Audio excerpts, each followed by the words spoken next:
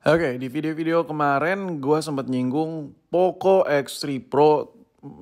Ini adalah salah satu HP yang menurut gue lumayan oke, lumayan enak untuk dipakai HP utama buat yang budget pas-pasan atau buat HP kedua secondary. Ya meskipun ada segala, ya desas-desus yang kurang enak mengenai handphone ini. Tapi sejatinya HP ini setelah gue pakai beberapa hari dan gue ngerasa nyaman-nyaman aja. Tapi tergantung gimana, ya semoga beruntung-beruntung lah yang punya HP ini ya kan. Intinya ini adalah sebuah handphone yang chipsetnya lumayan sangar di kastanya ya, di harganya maksud gue.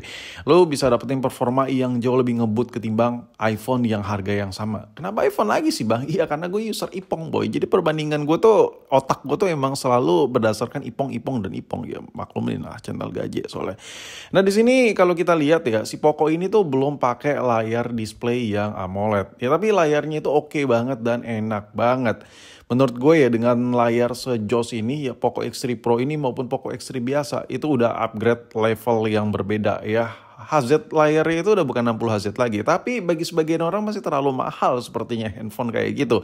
Poco X3 biasa atau Poco X3 Pro itu budgetnya lumayan mahal, si varian Pro-nya juga. Jadi ada yang lebih murah kah? Karena terlalu mahal? Ada. Rekomendasi gue masih dari Poco juga.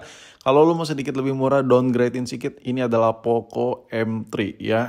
Tapi apakah HP ini worth it? Di atas ini masih ada lagi harganya. Poco M3 Pro 5G. Ini yang M3 biasa. Nah kalau dibandingkan dengan Samsung yang harga 1 jutaan. Nah itu balik lagi plus minus ya. Si Samsung ini dia ngejual layar AMOLED-nya. Cuman dari sisi performa gue ngerasa si Poco masih lebih enak ya. Masih lebih saset-saset sedikit lah ketimbang si Samsung yang harga yang sama. Jadi ini adalah salah satu alternatif buat lu yang memang belum belum nge-reach, belum nyampe gitu dana lo buat beli Poco X3 Pro atau Poco X3 yang biasa. Ini adalah rekomendasi dari gua, masih dari keluarga Poco juga. Kenapa gua rekomendasi ini? Yang pertama, performanya masih oke-oke aja, sesuai lah dengan harganya dibandingkan merek-merek lain ya. Dan yang kedua, ya baterainya lumayan oke ya, dibandingkan lo beli iPhone tua, mendingan beli ini buat HP rumah, buat HP saudara lu, mungkin lo mau lu beliin buat adik lu, buat anak, ya apapun itu ya. Ini gue sekedar spill sedikit ya spek-spekannya. Performanya lu jangan lihat ya, karena ini masih Antutu V8 ya.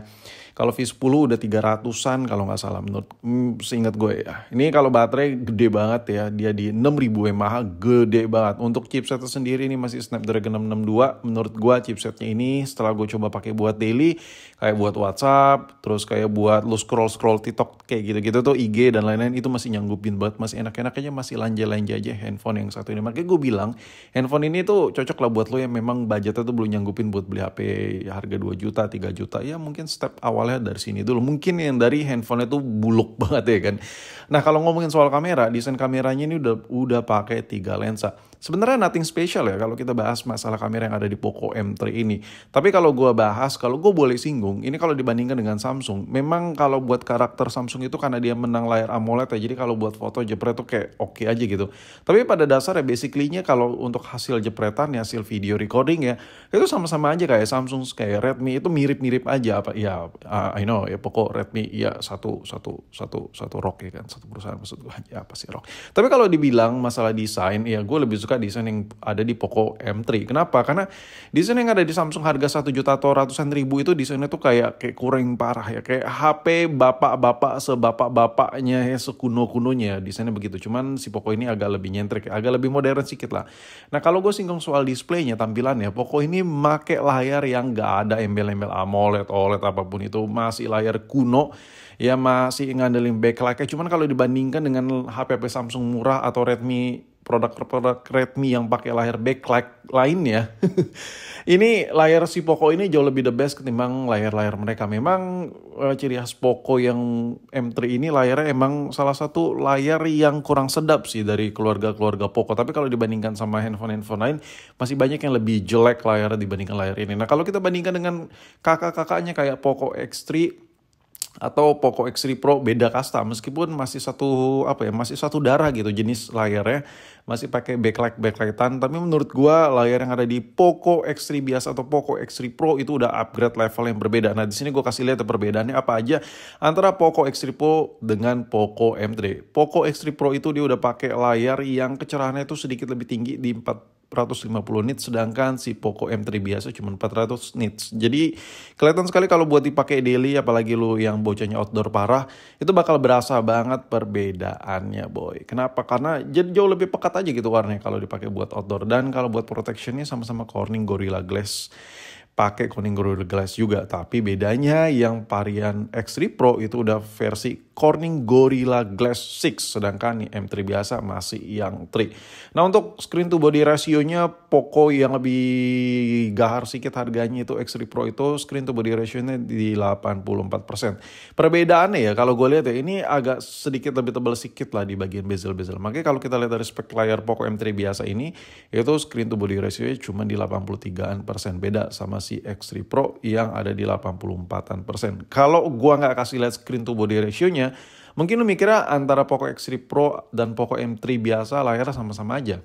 Beda. Beda jauh sekali. Dari ukuran incinya, dari ukuran screen to body ratio-nya aja itu beda sekali. Makanya Poco X3 Pro ini atau X3 biasa ini harganya kayak sedikit melambung lebih tinggi ya dibandingkan si M3 biasa. Buat lo yang belum tahu ya, lo klik aja linknya ada di link tuh ada harga-harga itu. Jadi lo bisa lihat tuh perbandingannya. Nah intinya kalau buat kenyamanan gue lebih ngerekomendasiin Poco X3 biasa atau X3 Pro. Tapi kalau buat yang budget ngepas, M3 oke-oke aja ya. Tapi budgetnya gini loh, gue kadang bikin konten HP-HP sejuta, oh itu udah gak worth it buat dipakai daily. Tapi ada yang bilang masih pakai gitu. Jadi balik lagi sesuai kebutuhan ya. Kalau gue bikin konten HP-HP jadul kayak iPhone 7 misalnya, lo ngapain bang bahas iPhone 7 udah jadul banget.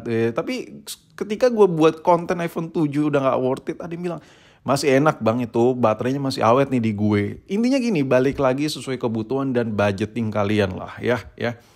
Tapi kalau ngomongin soal Poco ini, sebenarnya handphone ini adalah salah satu HP yang bisa ngelibas HP-HP Android yang harganya ratusan ribu. Jadi buat lo yang punya HP-HP Samsung yang masih layar biasa-biasa aja, ya upgrade ke sini juga oke-oke aja sih.